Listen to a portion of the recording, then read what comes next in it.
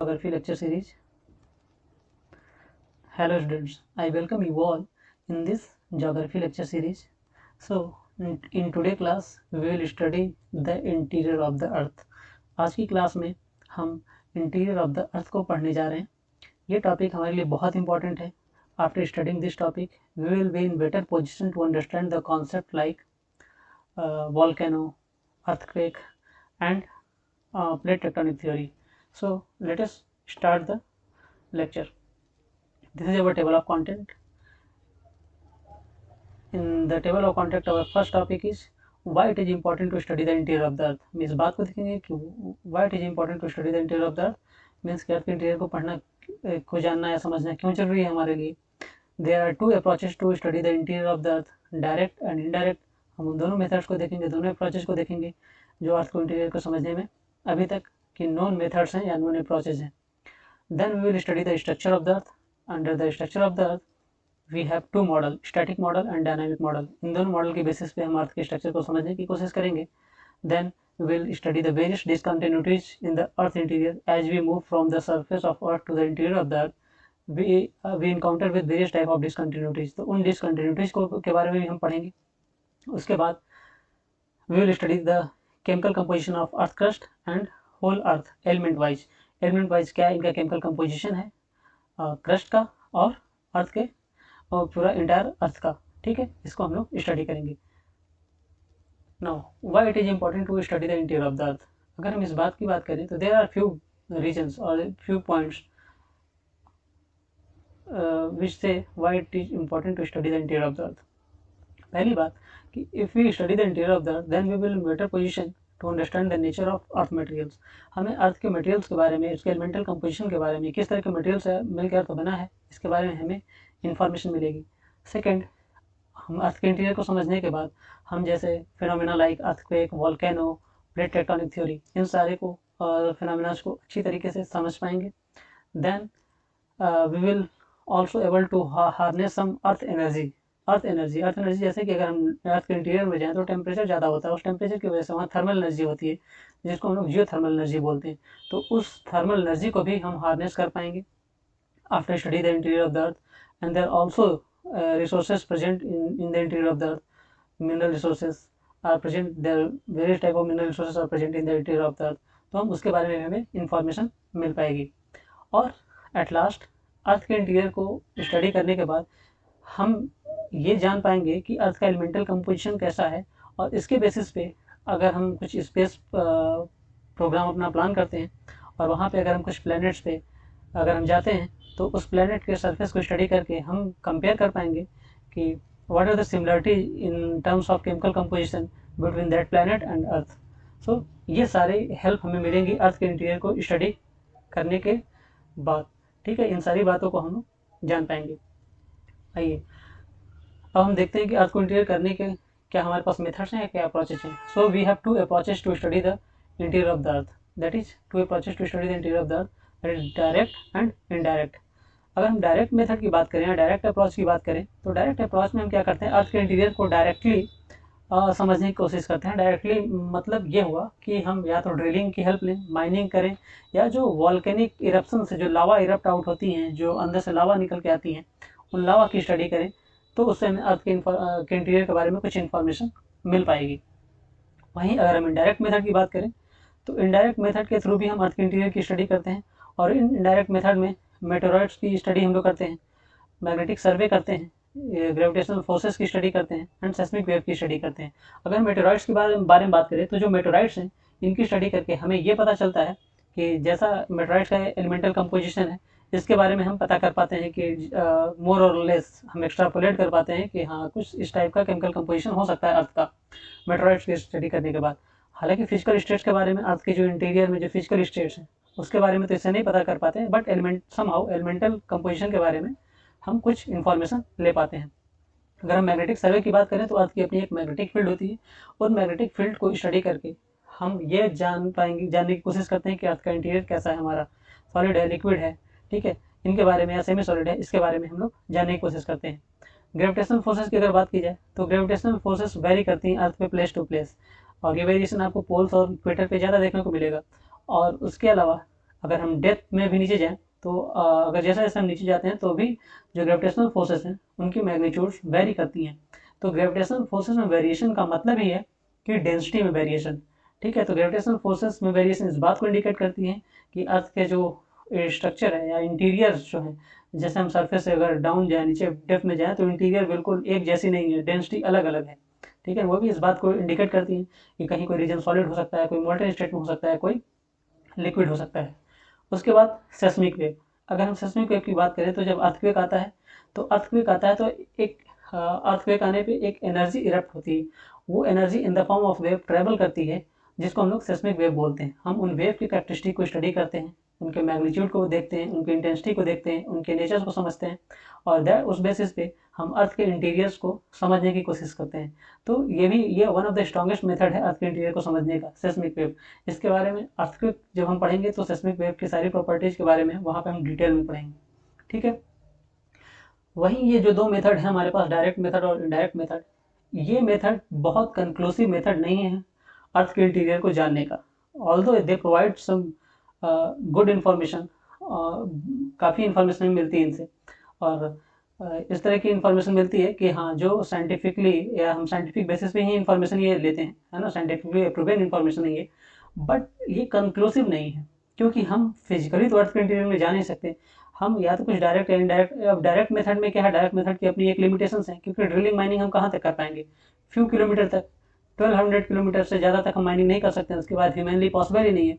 उसके बाद टेम्परेचर काफ़ी इंक्रीज होने लगता है, प्रेशर बढ़ने लगता है, तो माइनिंग करना, इसके नीचे जाना ह्यूमनली पॉसिबल नहीं है। तो हम अर्थ के इंटीरियर में जा नहीं सकते। जो वॉल्केनिक इरप्शन है वो कहाँ से आता है, वो करीब 200 किलोमीटर अर्थ के इंटीरियर से आता है वॉल्केनिक इरप्शन। और हमें पता है कि जो अर्थ की जो डेंस रेडियस है, या रेडियस कह की जो डेप्थ है, वो 6400 किलोमीटर है, अप्रॉक्सीमेटली 6400 किलोमीटर है। तो 6400 किलोमीटर डेप्थ की स्टडी हम केवल 12 किलोमीटर और 200 किलोमीटर के डेप्थ की स्टडी करके हम एक्स्ट्रापोलेट नहीं कर सकते। ये कोई एक सही बात नहीं होगा यहाँ से अंदाज़ा लगाना। हाँ, कुछ चीज़ों के बारे में हम यहाँ से स्टडी जरूर कर सकते हैं। सिमिलरली इनडायरेक्ट मेथड से, इनडायरेक्ट मेथड में भी जो जितने भी हम टूल्स यूज करते हैं, जैसे ग्रेविटेशनल फोर्स की स्टडी करके, मैग्नेटिक सर्वे की स्टडी करके, सेस्मिक वेव, वो भी बहुत कंक्लूसिव नहीं है। हाँ, लेकिन अभी तक समझने के लिए यही हमारे पास दो मेथड्स हैं, और ये दोनों साइंटिफिक मेथड है। ठीक है, ये बहुत पॉसिबल है कि इन फ्यूचर हम कुछ ऐसे मेथड डेवलप कर पाएँ, ऐसे साइंटिफिक मेथड जो और ज़्यादा हमें कंक्लूसिव एविडेंस दे पाए अर्थ के इंटीरियर के बारे में। ठीक है, now we will study the structure of earth. Earth के स्ट्रक्चर को समझते हैं। तो अर्थ के स्ट्रक्चर को समझने के लिए we have two models, static models and dynamic model. Okay, ये दोनों मॉडल हैं अर्थ के इंटीरियर को समझने का। तो अगर हम स्टैटिक मॉडल की बात करें तो इसका जो बेसिस है, क्लासिफिकेशन है, स्टैटिक मॉडल पे जब हम क्लासीफाई करते हैं अर्थ के स्ट्रक्चर को, तो हम वो बेसिस लेते हैं केमिकल कंपोजिशन को और डेंसिटी को। इसके बेसिस पे हम क्लासीफाई करते हैं कि क्या केमिकल कंपोजिशन है और क्या डेंसिटी है। इसके बेसिस पे अर्थ को हम 3 पार्ट में क्लासीफाई करते हैं, क्रस्ट, मेंटल एंड कोर। सबकी डेप्थ अलग अलग होती है। सरफेस से लेके हम 35 किलोमीटर डेप्थ तक क्रस्ट वाला पोर्शन होता है। 3500 किलोमीटर के बिलो 2900 किलोमीटर तक, अप टू 2900 किलोमीटर तक आपका क्या होता है, मेंटल होता है। यहाँ आपको दिख रहा होगा ऊपर वाला ये रीजन क्रस्ट है। उसके बाद ये रीजन क्या है आपका, मेंटल वाला रीजन मेंटल है। उसके बाद फिर ये रीजन कोर है। कोर भी दो, आउटर कोर, इनर कोर है। हम क्रस्ट में भी देखेंगे, क्रस्ट में भी दो क्लासिफिकेशन है, कॉन्टिनेंटल क्रस्ट और ओशियनिक क्रस्ट। मेंटल में भी कई क्लासिफिकेशन है ना, अपर मेंटल, लोअर मेंटल, और कोर में भी आउटर कोर और इनर कोर। तो अगर हम केमिकल कंपोजिशन और डेंसिटी के बेसिस पे बात करें तो मेजर 3 पार्ट में हम क्लासिफाई करते हैं पूरे अर्थ को, अर्थ के स्ट्रक्चर को, क्रस्ट, मेंटल एंड कोर। अगर हम फिजिकल प्रॉपर्टीज़ की बेसिस पे बात करें, फिजिकल प्रॉपर्टीज़ की बेसिस मतलब कि उनके अगर हम फिजिकल स्टेट या टेम्परेचर की बेसिस पे अगर हम बात करें तो हम पूरे इंटायर अर्थ स्ट्रक्चर को 5 पार्ट्स में डिवाइड करते हैं, lithosphere, asthenosphere, mesosphere, pyrosphere and biosphere. ठीक है, तो यहाँ से आप देख पा रहे होगे कि ये अर्थ है हमारा। ठीक है, अर्थ का ये एक पोर्शन लिया, फिगर में आपको दिख रहा होगा। जो सबसे अपर पोर्शन है वो क्रस्ट है। उसके बाद क्रस्ट के नीचे यहाँ से बिल्कुल यहाँ तक आपका क्या है, ये मेंटल है। मेंटल के नीचे फिर ये कोर है। ये 3 मेजर क्लासिफिकेशन हो गए स्टैटिक मॉडल के बेसिस पे। वहीं अगर हम डायनामिक मॉडल के बेसिस पे अगर क्लासीफाई करेंगे तो ये यहाँ पे लिथोस्फीयर होगा, फिर एस्थेनोस्फीयर होगा, फिर मेसोस्फीयर होगा, फिर कोर में आउटर कोर रीजन में पायरोस्फीयर होगा, फिर बायोस्फीयर होगा। ये हमारा डायनामिक मॉडल के बेसिस पे ये क्लासिफिकेशन होगा, ठीक है। यहाँ पे हम देखेंगे कि जो हमारा लिथोस्फीयर होगा वो सॉलिड है ना। लिथोस्फीयर ये वाला रीजन है आपका जो क्रस्ट को कंटेन करता है और अपर मेंटल के कुछ सॉलिड वाले पोर्शन को कंसिडर का कंटेन करता है, उसको हम लोग लिथोस्फीयर बोलते हैं। आगे हम इन चीज़ों को डिटेल में देखेंगे, ठीक है। उसके बाद एस्थेनोस्फीयर हमारा शुरू होता है। तो ये हमारा क्या है, फिजिकल प्रॉपर्टीज के बेसिस पे जो हमारा लिथोस्फीयर होता है वो सॉलिड होता है, एस्थेनोस्फीयर सेमी सॉलिड होता है, फिर मेसोस्फीयर हमारा क्या होता है, सॉलिड होता है, फिर ये जो आउटर कोर वाला रीजन यानी जो पायरोस्फीयर है वो लिक्विड होता है, फिर इनर कोर फिर हमारा सॉलिड होता है, ठीक है। इन सारी बातों को हम डिटेल में भी आगे देखेंगे। यहाँ आगे बढ़ने से पहले हम कुछ बातें जान लें। जैसे पहला कि अगर हम अर्थ के इंटीरियर में जाते हैं, सरफेस से बिल्कुल इंटीरियर में, तो अगर हम टेम्परेचर की बात करें, टेम्परेचर, प्रेशर और डेंसिटी, इनमें क्या वेरिएशन होता है, तो ये तीनों इंक्रीज करती हैं। जैसे जैसे हम सरफेस इंटीरियर में जाते हैं ये तीनों इंक्रीज करती हैं, टेम्परेचर, डेंसिटी और प्रेशर, ये तीनों इंक्रीज करती हैं, ठीक है। अब अर्थ की कुछ एक बात और यहाँ समझ लें कि अर्थ का कुछ पोर्शन सॉलिड है, कुछ पोर्शन लिक्विड है, कुछ सेमी सॉलिड है। वो इस वजह से है कि अर्थ का जो एलिमेंटल कंपोजिशन है अलग अलग है। जो सारे लेयर्स हैं उन सारे लेयर्स में जो एलिमेंट्स हैं अलग अलग एलिमेंट्स प्रेजेंट हैं, ठीक है। कहीं पे आपका सिलिकॉन मिलेगा, एल्युमिनियम मिलेगा, मैग्नीशियम मिलेगा, किसी लेयर में सिलिकॉन ज़्यादा मिलेगा, कहीं पे आपको आयरन मिलेगा, निकल मिलेगा।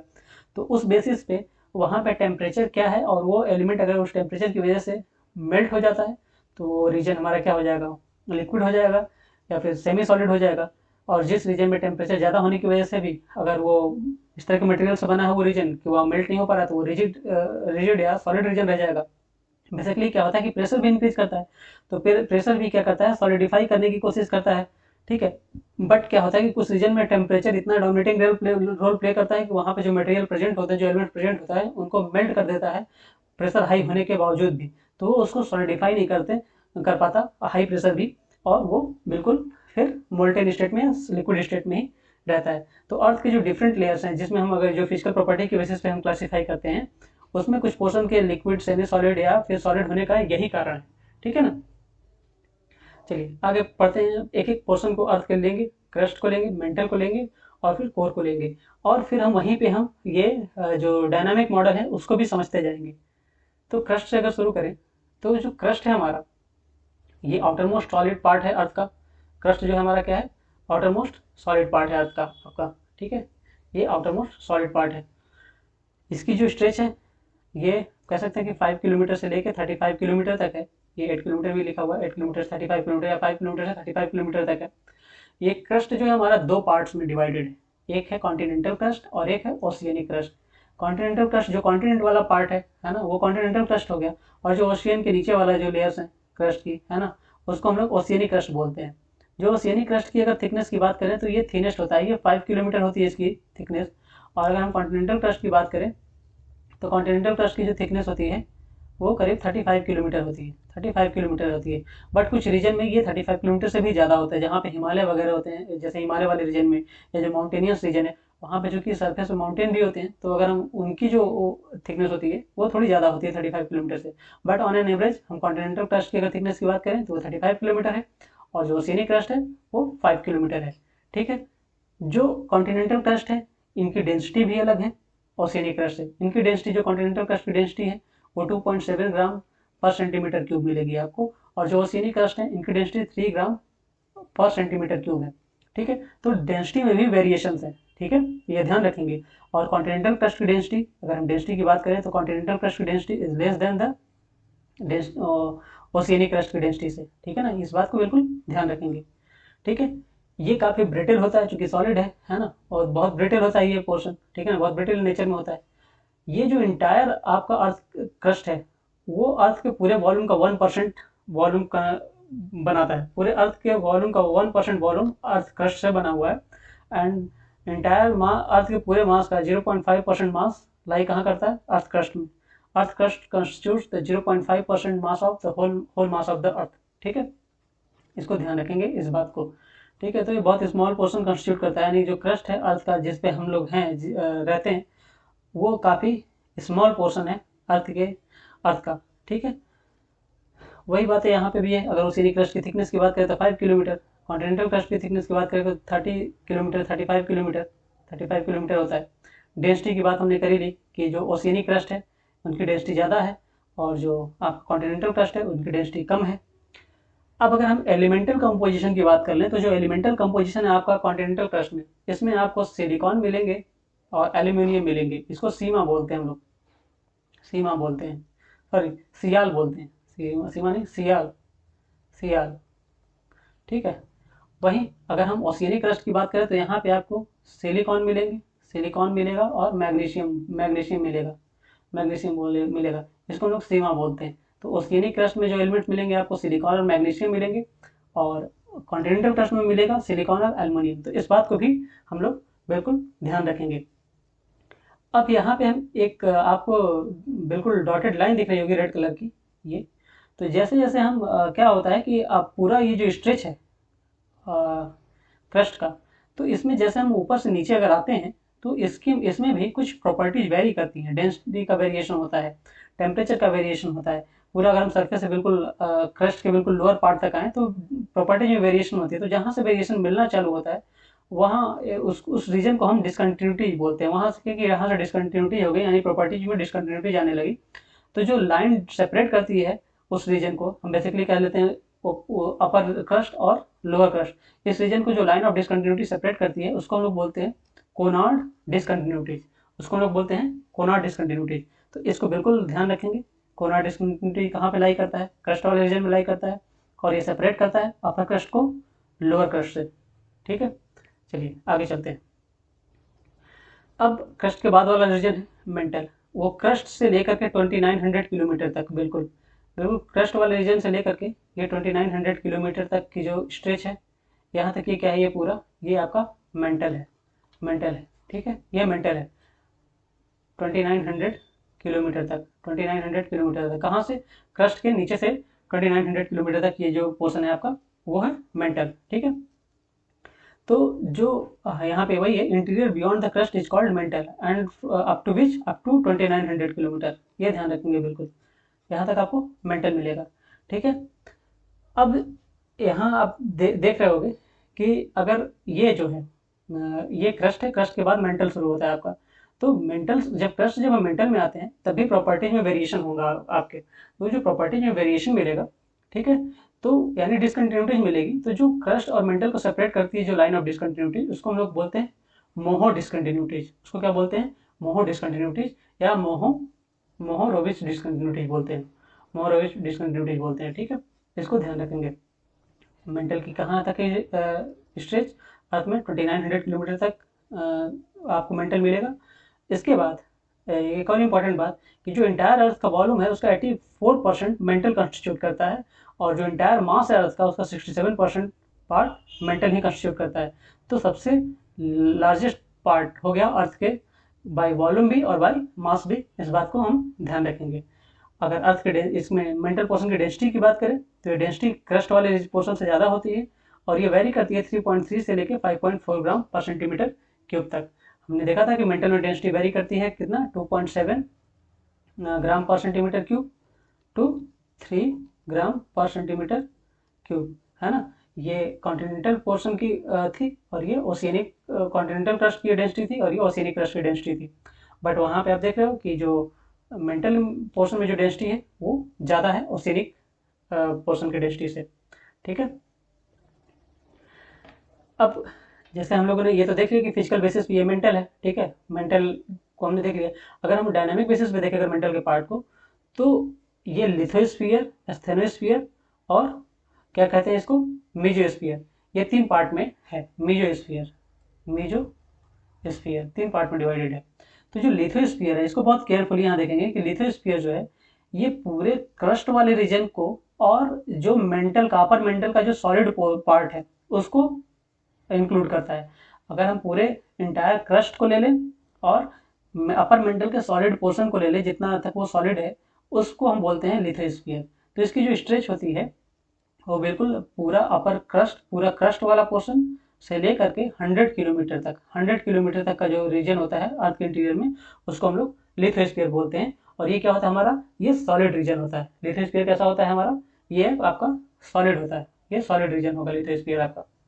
और लिथोस्फीयर के जस्ट नीचे क्या है, ये रीजन, ये पोर्शन, इसकी स्ट्रेच यानी 200 किलोमीटर से लेकर के 400 किलोमीटर तक मेंटल में, अपर मेंटल में ये रीजन लाई करता है। 200 किलोमीटर से लेकर 400 किलोमीटर तक ये आपका क्या होगा, एस्थेनोस्फीयर होगा। क्या होगा ये, एस्थेनोस्फीयर। ये जो रीजन होता है ये आपका सेमी सॉलिड होता है, ये विस्कस होता है।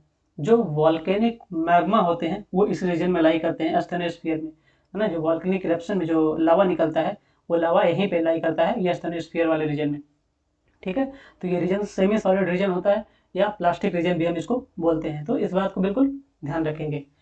इसके बाद आता है लोअर मेंटल वाला पोर्शन, है ना। तो 400 से लेकर नीचे पूरा 2900 तक इसको हम लोग क्या बोलते हैं, मेजोस्फीयर बोलते हैं। क्या बोलते हैं, मेजोस्फीयर, मेजोस्फीयर, मेजोस्फीयर बोलते हैं, ठीक है, मेजोस्फीयर बोलते हैं। तो यहाँ पे मेंटल वाले पोर्शन में ये दो बातें बहुत ध्यान रखनी है कि लिथोस्फीयर भी, लिथोस्फीयर क्या है, ये क्रस्ट वाले पोर्शन को भी पूरे क्रस्ट को कंटेन करता है और मेंटल के सॉलिड पोर्शन को कंटेन करता है। और ये इसकी स्ट्रेच जो होती है 100 किलोमीटर तक होती है ना। क्रस्ट से लेकर के 100 किलोमीटर नीचे तक ये कंटेन करेगा, यानी अपर मेंटल वाले रीजन को जो सॉलिड है उनको लिथोस्फीयर आपको कंटेन करेगा। जो एस्थेनोस्फीयर है ये भी अपर मेंटल का ही पार्ट है, इस बात को ध्यान रखेंगे। एस्थेनोस्फीयर किसका है, अपर मेंटल का ही पार्ट है, और ये अपर मेंटल का पार्ट है लेकिन ये सेमी सॉलिड है, इसको ध्यान रखेंगे। और फिर 400 से लेकर 2900 किलोमीटर तक जो है वो मेजोस्फीयर है, ठीक है। तो ये बेसिस हो गया आपका, अगर हम फिजिकल प्रॉपर्टीज के बेसिस पे ये क्लासिफिकेशन में देख लिया मेंटल वाले पोर्शन का, ठीक है। तो वही बात है यहाँ पे। अब यहाँ पे क्या है कि अगर हम पूरे इंटायर मेंटल वाले रीजन को देखें तो मेंटल वाले रीजन को हम दो पार्ट में डिवाइड कर ले मोटा मोटी, एक अपर मेंटल और एक लोअर मेंटल। ये इस बेसिस पे कि जैसे हम मेंटल वाले रीजन में हम पूरा आते हैं तो कुछ रीजन के बाद डिसकंटिन्यूटीज मिलने लगी प्रॉपर्टीज में। तो जो लाइन सेपरेट करती है डिसकंटिन्यूटी जहाँ से मिलती है उस बाउंड्री को या वो ट्रांजिशन जोन जो है, वहाँ से जो लाइन ऑफ डिसकंटिन्यूटी होती है उसको हम लोग क्या बोलते हैं, उसको हम लोग बोलते हैं रिपीटेड डिसकंटिन्यूटी। क्या बोलते हैं, रिपीटेड डिसकंटिन्यूटी।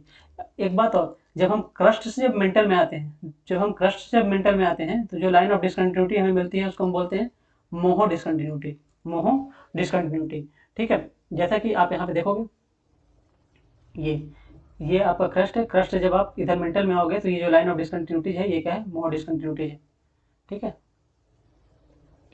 और जो मेंटल में ही जो अपर मेंटल और लोअर मेंटल को जो लाइन ऑफ डिसकंटिन्यूटी सेपरेट करती है उसको हम लोग बोलते हैं रिपीटेड डिसकंटिन्यूटी, ठीक है।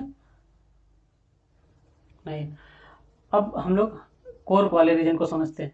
सो core extend from 2900 kilometre to 6371 kilometre. यहाँ तक का जो रीजन है 2900 किलोमीटर से लेके यहाँ तक, ये पूरा स्ट्रेच क्या कहलाता है, हमारा कोर कहलाता है। कोर भी दो पार्ट में होता है, कोर का एक आउटर कोर रीजन होता है और एक लोअर कोर रीजन होता है, इनर कोर रीजन होता है, सॉरी इनर कोर रीजन उसको बोलते हैं, ठीक है। तो कोर का जो आउटर कोर रीजन होता है वो आपका लिक्विड स्टेट में होता है और जो इनर कोर होता है ये आपका सॉलिड स्टेट में होता है, ठीक है। अब जब हम मेंटल से जब कोर में आते हैं, जब हम कोर में आते हैं तो जो बाउंड्री सेपरेट करती है, जो लाइन ऑफ डिसकंटिन्यूटी सेपरेट करती है मेंटल को कोर से, उसको हम बोलते हैं क्या, उसको बोलते हैं हम लोग गुटेनबर्ग डिसकंटिन्यूटी। क्या बोलते हैं, गुटेनबर्ग डिसकंटिन्यूटी बोलते हैं, ठीक है, गुटेनबर्ग डिसकंटिन्यूटी बोलते हैं। और जो आउटर कोर को इनर कोर से सेपरेट करता है उसको हम लोग क्या बोलते हैं, उसको हम लोग बोलते हैं लेहमन डिसकंटिन्यूटी, ठीक है। तो ये कोर का क्लासिफिकेशन हो गया। अगर हम फिजिकल प्रॉपर्टीज की बेसिस पे देखेंगे तो पायरोस्फीयर, ये रीजन हमारा पायरोस्फीयर होता है और ये रीजन हमारा क्या होता है, ये बायोस्फीयर होता है, ठीक है। तो इनको बिल्कुल ध्यान रखेंगे। अगर हम डेंसिटी की बात करें तो डेंसिटी इस रीजन की सबसे ज़्यादा होती है और वो वेरी करती है 9.5 टू 14.5 ग्राम पर सेंटीमीटर क्यूब तक। इसके एलिमेंटल कंपोजिशन की बात करें तो ये इसमें जो मोस्ट अबंडेंट एलिमेंट होते हैं निकल और आयरन होते हैं। इसके अलावा भी एलिमेंट्स होते हैं बट ये ज़्यादा अमाउंट में प्रेजेंट होते हैं, निकल और आयरन, ठीक है। और हमने ये देख ही लिया कि इसके जो आउटर कोर और इनर कोर को जो लाइन ऑफ डिसकंटिन्यूटी सेपरेट करते हैं उसको लेमन डिसकंटिन्यूटी बोलते हैं। तो ये सारी बातें बिल्कुल याद रखेंगे कि कोर में पहली बात कि जब हम मेंटल से कोर में आते हैं तो जो ट्रांजिशन है या जो लाइन ऑफ डिसकंटिन्यूटीज है उसको हम लोग गुटेनबर्ग डिसकंटिन्यूटीज बोलते हैं। कोर में हमारा दो पार्ट है, आउटर कोर और इनर कोर। तो आउटर कोर हमारा लिक्विड होता है, इनर कोर हमारा सॉलिड होता है। अगर एलिमेंटल कंपोजिशन की बात करें तो कोर में क्या होता है, आयरन और निकल, इसको निफे भी बोलते हैं, आयरन और निकल। होते हैं, इसमें एलिमेंट प्रेजेंट होते हैं, मोस्ट अबंडेंट एलिमेंट होते हैं कोर के। ठीक है, ये तो इतनी इंफॉर्मेशन कोर के बारे में हमने देखी। अब आइए, हमने जो डिसकंटिन्यूटीज देखी थी उसको एक जगह हम काफ़ी कन्फ्यूजन हो जाता है, तो इसको एक जगह एक साथ फिर से पढ़ लेते हैं, सारी डिसकंटिन्यूटीज को देख लेते हैं। तो पहला कोनार्ड डिसकंटिन्यूटीज। तो कोनार्ड डिसकंटिन्यूटीज कंटिन्यूटीज क्या है? It is a transition zone between the upper crust and lower crust. इसको बिल्कुल ध्यान रखेंगे, it is the transition zone between upper crust and lower crust. Then Mohorovicic discontinuities, और क्या है? मोहो डिसकंटिन्यूटीज भी इसको हम लोग बोलते हैं, और मोहो डिसकंटिन्यूटीज भी बोलते हैं। ठीक है, it is the transition zone between the crust region and mantle region. ठीक है, तो ये बिल्कुल याद रखना है कि कोनार्ड डिसकंटिन्यूटीज कहाँ पे है? ये क्रस्ट वाले रीजन में लाई करेगा, अपर क्रस्ट और लोअर क्रस्ट के बीच का है। मोहो डिसकंटिन्यूटीज कहाँ पे है? ये क्रस्ट और मेंटल वाले रीजन में। देन रिपीटेड डिसकंटिन्यूटीज, ये क्या है? It is the discontinuity which line of discontinuity between upper mantle and lower mantle. Then Gutenberg discontinuity. Gutenberg discontinuities क्या है? It is the transition zone between the mantle and core, mantle and core, इसको भी बिल्कुल ध्यान रखना है। Then Lehmann discontinuities, ये क्या है? कोर वाले रीजन में अपर कोर और लोअर कोर के बीच में जो लाइन ऑफ डिसकंटिन्यूटीज है, और आउटर कोर और इनर कोर के बीच में जो लाइन ऑफ डिसकंटिन्यूटीज है, उसको हम लोग बोलते हैं लेहमन डिसकंटिन्यूटीज। तो ये सारे डिसकंटिन्यूटीज को बहुत क्लियरली याद रखना है, बिल्कुल कंफ्यूज नहीं होना है। ठीक है, इसीलिए बिल्कुल अलग से इसको हम लोगों ने देख लिया। ठीक है, हमें एलिमेंटल कंपोजिशन देख लिया कि जो हमारा क्रस्ट वाला रीजन है, क्रस्ट वाले रीजन में आपको सिलिकॉन, एल्युमिनियम, मैग्नीशियम मिलेगा। जो मेंटल वाला रीजन है उसमें सिलिकॉन बहुत मात्रा में मिलेगा, आपको सिलिकेट बहुत मिलता है। जो कोर वाला रीजन है, कोर वाले रीजन में आपको निकल और आयरन ये काफ़ी अमाउंट में मिलते हैं। अगर हम इसके केमिकल कंपोजिशन की बात करें, अब अगर हम केमिकल कंपोजिशन की बात कर लें, तो केमिकल कंपोजिशन हम अर्थ क्रस्ट की केमिकल कंपोजिशन की बात करेंगे और पूरे होल अर्थ केमिकल कंपोजिशन की बात करेंगे एलिमेंट वाइज। तो ये बात बहुत क्लियरली ध्यान में रखिएगा कि आपसे क्या पूछा जा रहा है, अर्थ क्रस्ट के केमिकल कंपोजिशन के बारे में पूछा जा रहा है या होल अर्थ के केमिकल कंपोजिशन के बारे में पूछा जा रहा है। तो अगर हम अर्थ क्रस्ट की केमिकल कंपोजिशन की बात करें, तो ये सारे जो एलिमेंट्स हैं, है ना, ये मोस्ट अबंडेंट एलिमेंट्स हैं। ठीक है, ये these elements constitute 98% of the crust part. ठीक है ना, इसमें ऑक्सीजन है, सिलिकॉन है, एल्यूमिनियम है, आयरन है, कैल्शियम है, पोटेशियम है, सोडियम है और मैग्नीशियम है। ठीक है, तो इनको याद रखेंगे बिल्कुल सीरियल वाइज। सबसे ज़्यादा अमाउंट जो क्रस्ट में है वो ऑक्सीजन है, फिर सिलिकॉन है, फिर एल्यूमिनियम है, फिर आयरन है, फिर कैल्शियम है, देन पोटेशियम, सोडियम, मैग्नीशियम। इसके अलावा भी और एलिमेंट प्रेजेंट होते हैं, वो बहुत लेसर अमाउंट में होते हैं। अगर हम पूरे इंटायर अर्थ की अगर हम बात करें, पूरे इंटायर अर्थ की बात करें, होल अर्थ की बात करें, तो हमारे पास सबसे ज़्यादा अमाउंट में मोस्ट अबंडेंट है iron, then oxygen, then silicon, then magnesium, then nickel, then sulphur, calcium, aluminium. ठीक है, तो इनके ऑर्डर को याद रखना है, और ये भी ध्यान रखना है कि हमसे पूछा क्या जा रहा है, होल अर्थ के बारे में पूछा जा रहा है या अर्थ क्रस्ट के बारे में पूछा जा रहा है। सो आज की क्लास में हम लोगों ने देखा अर्थ के इंटीरियर के बारे में, इतनी इन्फॉर्मेशन सफिशियंट है, और इस बेसिस पे आगे जो अभी हम टॉपिक्स पढ़ेंगे, चाहे वो वोल्केनो के बारे में पढ़ें या अर्थक्वेक के बारे में पढ़ें, ठीक है, प्लेट टेक्टोनिक्स के बारे में पढ़ें, तो ये काफ़ी यूजफुल रहेंगी ये सारे कॉन्सेप्ट हमें वहाँ पे उनको समझने में। ठीक है, तो अर्थ के इंटीरियर के बारे में इतना इन्फॉर्मेशन सफिशियंट है, और इन सारी बातों को हम लोग बिल्कुल ध्यान रखेंगे। अगर हम बात करें कि हम लोगों ने आज क्या क्या पढ़ा, तो अगर फिर से अगर क्विक रिविजन कर लें, तो पहली बात, सबसे पहले हम लोगों ने क्या देखा कि क्या मेथड अर्थ के इंटीरियर के बारे में हम लोग क्यों पढ़ते हैं। देन क्या है मेथड अर्थ के इंटीरियर को पढ़ने का, डायरेक्ट और indirect approaches, although they are not conclusive, they do not give the conclusive evidences about the interior of the earth. Then we have studied about the structure of the earth. There were two models to study the structure of the earth, static and dynamic. उस basis पे अर्थ के structure का classification हमने देखा, and then we have studied the various type of discontinuities which occurs when we come from surface to the interior of the earth. So we have studied about the various type of discontinuities, and then at last we have studied the chemical composition of earth crust and the whole earth. So ये information, इतनी information अर्थ के interior के बारे में sufficient है। आज की class में बस इतना ही। Thank you.